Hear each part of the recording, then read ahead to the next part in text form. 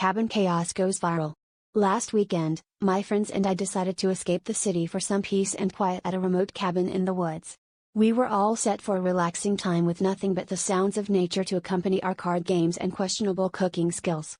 The first day went smoothly, with a light hike and a serene evening by the fireplace. It was the kind of tranquility you only see in overly sentimental commercials for herbal tea. But things took a turn when we noticed an oddly familiar face lurking behind the trees. It was Mr. Jenkins, the local wildlife enthusiast, known in town for his relentless pursuit of documenting rare species. At first, we found it mildly amusing. After all, who wouldn't want to be mistaken for a rare species? It wasn't until we noticed the glint of a camera lens pointing directly at us during our impromptu charades game that we started to get suspicious.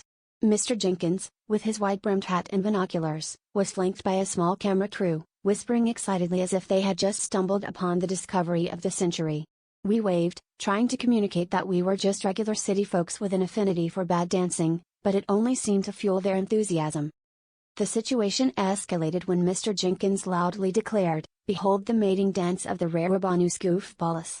His crew immediately started filming us from every angle. We tried explaining, but Jenkins was deep into his narration about our rituals and courtship displays. The absurdity of being mistaken for a rare bird species performing an elaborate mating dance was both hilarious and a little embarrassing. My friend Dave, never one to shy away from the spotlight, decided to embrace the role and started flapping his arms and squawking, which only convinced Jenkins further of his groundbreaking discovery. By the end of the weekend, we had become local legends, with Jenkins promising to submit his footage to a wildlife documentary channel. As we packed up to leave, we couldn't help but laugh at how a quiet weekend had turned into a surreal wildlife episode.